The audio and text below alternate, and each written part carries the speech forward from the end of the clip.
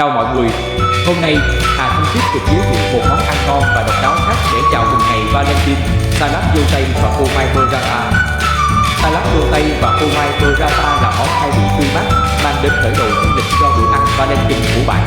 Nguyên liệu: một quả phô mai burrata, 150g, 200g dâu tây tươi, 50g rau arugula non, 20g hạt dẻ vừa giã nhỏ hoặc hạt nhân thái lát, sốt balsamic, mật ong, dầu ô liu, muối, tiêu.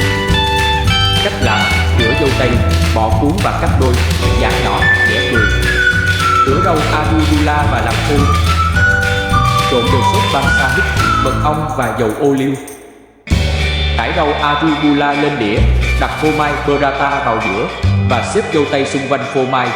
Tưới sốt balsamic lên trái cây và rau xanh. Sau đó rắc hạt dẻ cười, muối và tiêu. Để đôi quả phô mai burrata ngay trước khi ăn để phần kem bên trong chảy ra và hòa quyện với dâu tây. Thưởng thức món salad này như một bản giao hưởng của hương vị ngọt ngào, chua dịu và béo ngậy. Hãy chọn dâu tây chín mọng và phô mai burrata tươi ngon để đảm bảo kết cấu và hương vị tốt nhất. Cảm ơn các bạn rất nhiều vì đã cùng nấu ăn với mình hôm nay. Mình hy vọng bạn và người yêu của bạn sẽ thực sự thích món này. Đừng quên like, subscribe và nhấn vào chuông thông báo để nhận thêm nhiều công thức nấu ăn ngon khác nhé. Chúc mọi người một ngày Valentine hạnh phúc.